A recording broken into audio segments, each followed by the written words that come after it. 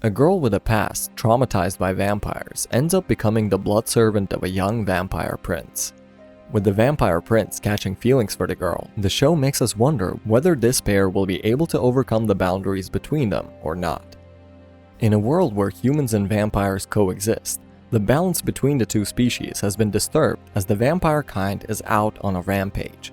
The bloodthirsty creatures are attacking every human in their sight, and while all this is going on, a mother is trying to hide her children in a closet.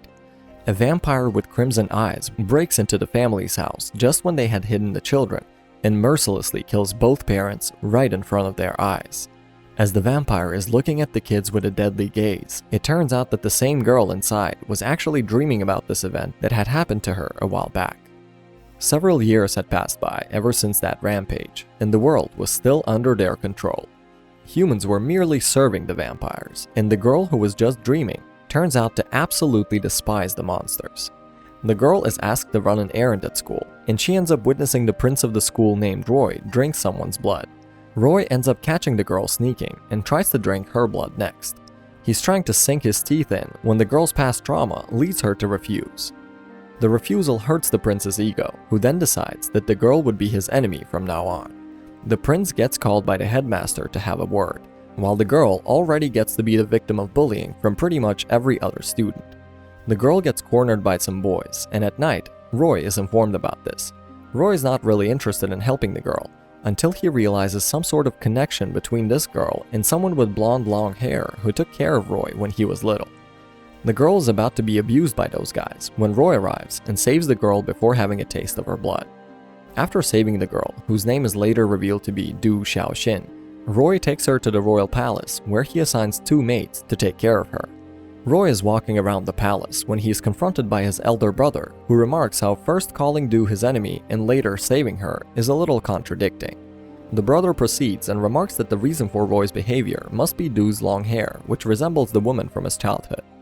The blonde woman turns out to be Roy's childhood blood servant named Flay, and Roy, who is not interested to talk about this, just walks away. He decides to head for Du's room to talk with her, but after entering the room, he finds out about how Du is sharper than he took her for. Du runs outside and is chased by a group of crows that make her fall from a cliff. Roy arrives just in time and saves Du from facing the direct impact of the fall. Roy starts to bleed a lot, and he tells Du to stay away if she wishes to not let Roy have her blood. Du ends up allowing Roy to suck her blood, as she doesn't wish to owe one to a monster.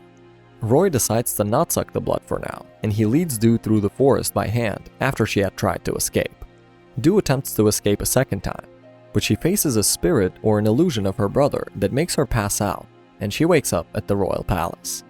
Du is informed that she is Roy's blood servant from now on, while Du's brother Xiaoling, who was waiting for her sister to come home, comes to know about this news from Du's classmate. 2 days passed after Du was kept at the royal palace by Roy.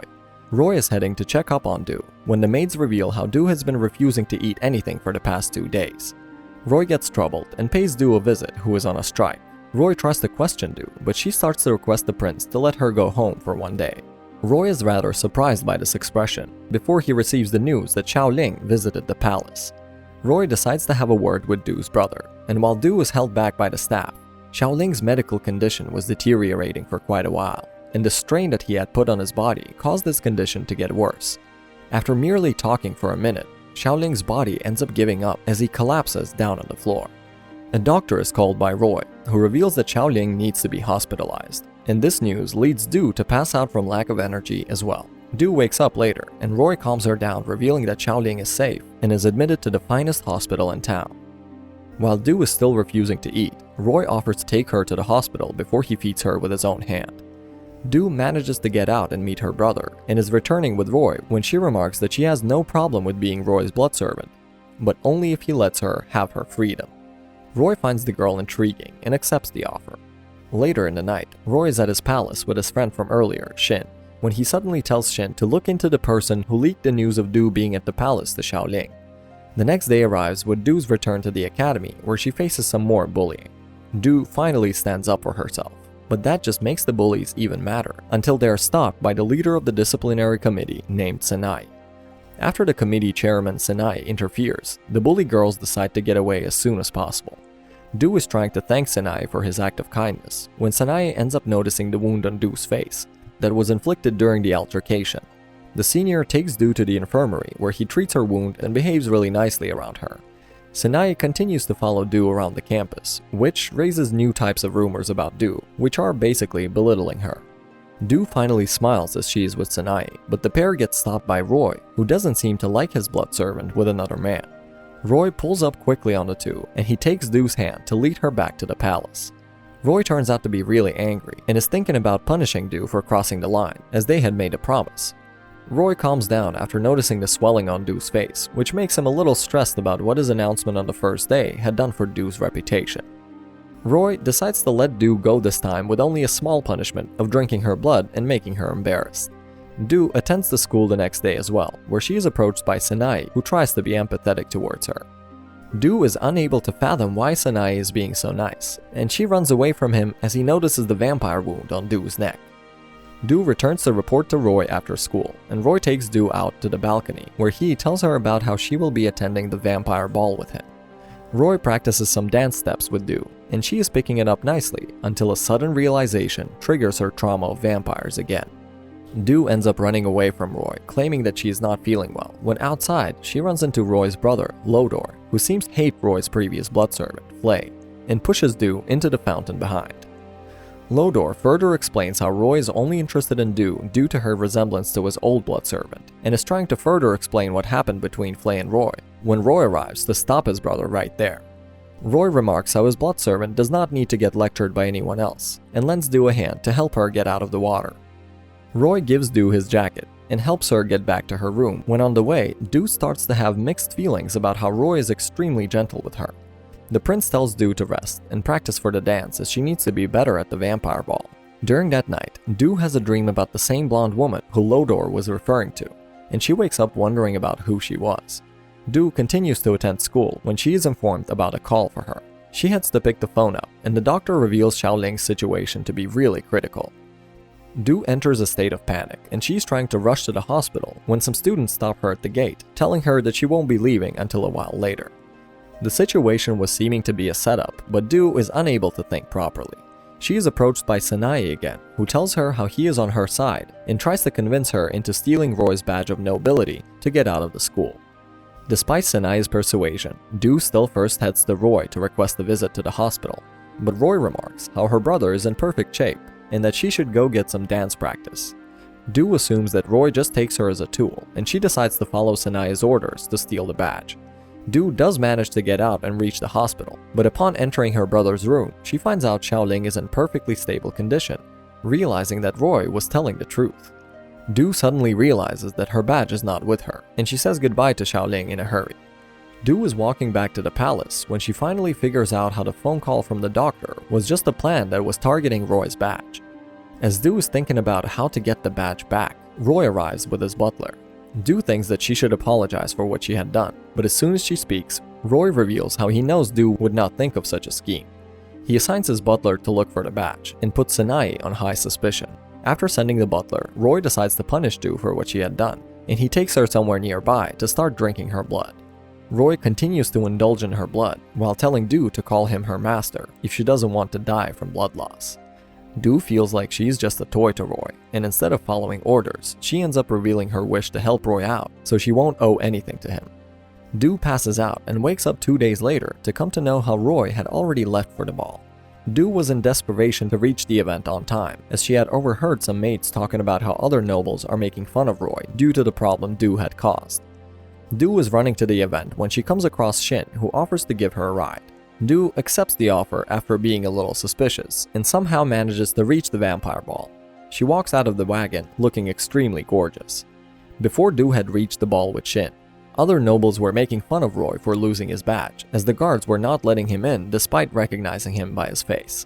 As Roy's reputation is in danger, he gets called to the Hall of Elders, where the senior vampire questions him about losing his badge. The vampire family badge was quite an important thing for a noble, and as Roy was going to be the next potential elder, such an idiotic act was showing his incompetence. Even though the elders were rude towards Roy, the guy just stood there in confidence as he challenged the elders that he would find the badge within 24 hours. While Roy was attending the meeting, Do entered the building. Shin left her to look for Roy, and Do finds Sanai, who's revealed to be a vampire too. Do requested to have a word with Sanai, while Roy gets informed about Do being at the party. Sanai remarks that there is no point in getting the badge now, even if he was the one who took it, and goes on to try and suck Do's blood. After Do resists Sanai, he tries to bribe her with Roy's badge. Sanai had almost succeeded in taking Do's blood, but Roy arrives just in time to save his blood servant from the hands of a filthy vampire. Roy shares a romantic moment with Do, and while Sanai is jealous, one of the elders is brought by Shin. The plot twist for Sanai is Roy's badge ends up falling down from his pocket right in front of the elder, clearing Roy's name and destroying Sanai's whole career. After the problem had been sorted, we got to know how this was a setup by Shin, who had told Do to put the badge in Sanai's pocket after he broke the news of Sanai actually being a vampire back in the wagon. After the missing badge is finally out of the way, the ball awaits our duo as Do's heart starts to warm up towards Roy and his possessiveness. Even after being screwed, Sanai keeps ranting about how this was all a scheme by the devious Do, but at this point, no one really believes him. A few seconds into the rant, the elder, whose name is Leonard, orders his servant to take Sanai to the Hall of Elders, where he will be stripped off his contendership for a spot among the vampire elders. After the issue has been resolved, Shin decides to excuse himself, and he leaves Roy with Do to spend some time alone. Roy takes Do outside, as Do is not comfortable among vampires. By this time, both the prince and the servant had caught feelings for each other, and as the two were dancing outside, they were spotted by a blonde woman who burst into tears. The ball concludes without Roy taking part in the dance this year. He's leaving back for the palace with Do when we come across Lodor, who was having a meeting with Leonard, where it is revealed that Lodor was the one who asked for a favor from the elder to strengthen Roy's position and get rid of a potential rival. A couple of days after the ball, Do wakes up in the morning to find herself in Roy's room, where he remarks how she had passed out after Roy took only a little amount of blood. Roy proceeds to treat Do well and even makes her have breakfast with him. When Do is not interested in eating a lot, the prince goes to the extent of feeding the girl himself, which takes Do by surprise. Roy continues to stay by Do's side, as he walks to her class and school as well. Roy's closeness was now beginning to change the opinion of the students at school, and they all were now acting nicely, even inviting Do to join their clubs. Do, of course, did not like this switch in behavior, and later on, after Roy gives her her own personal wardrobe, Do's feelings really changed.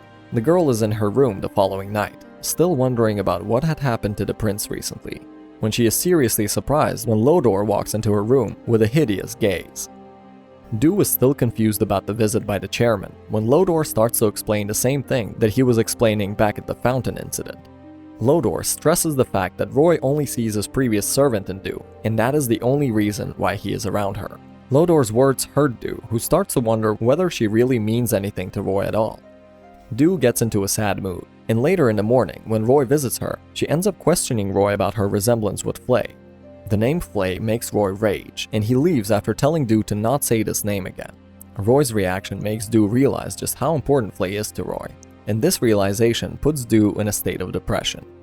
She attends school that day while continuously wondering about whether she is only a substitute, and when Roy clearly distances himself from her during school, Lodor's words start to make sense. Roy had gotten in a genuinely disturbing mood when he got angry after Shin picked on him like he usually does. The sadness in Do's heart grows, and she receives a letter from Roy, who is supposedly calling her outside in the rain. Do heads out without thinking much, and it turns out that it was just a prank by the same bully girls who were picking on Do earlier in the show. The bullies end up tying Do to the fence in heavy rain, so she can understand that she is really worth nothing to Roy.